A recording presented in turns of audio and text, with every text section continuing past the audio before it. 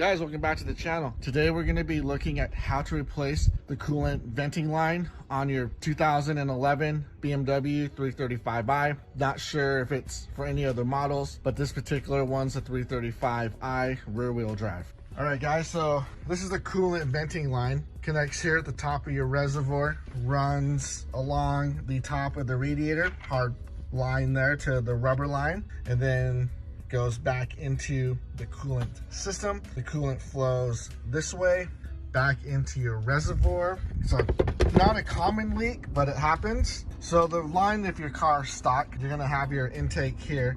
The two bolts that hold this intake on is a number 8. There's only 2 of them, one there, one there.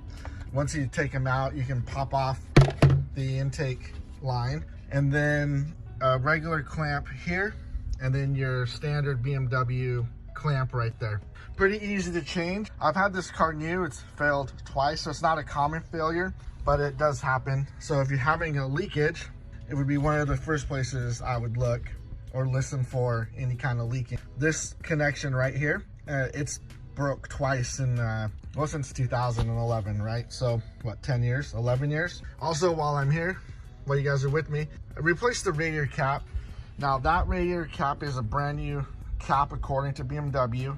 That part number supersedes all other reservoirs. If you have the original reservoir, that cap might not fit according to BMW. Just an FYI. So if you go to BMW and you buy a cap, that cap may not fit your original reservoir. I don't know, I'm just trying to help you guys out. Also, here's the BMW parts list. The venting line, it's $119.13, and the cap is $26. That's a BMW part. You can take a look. I'll put it in the description below. Otherwise, guys, that's it. Pretty simple fix. At least simple once you've done it once, right? As always, guys, thanks for watching. Hope the content helped you a little bit. Subscribe for more, hit that like button, and I'll see you on the next video.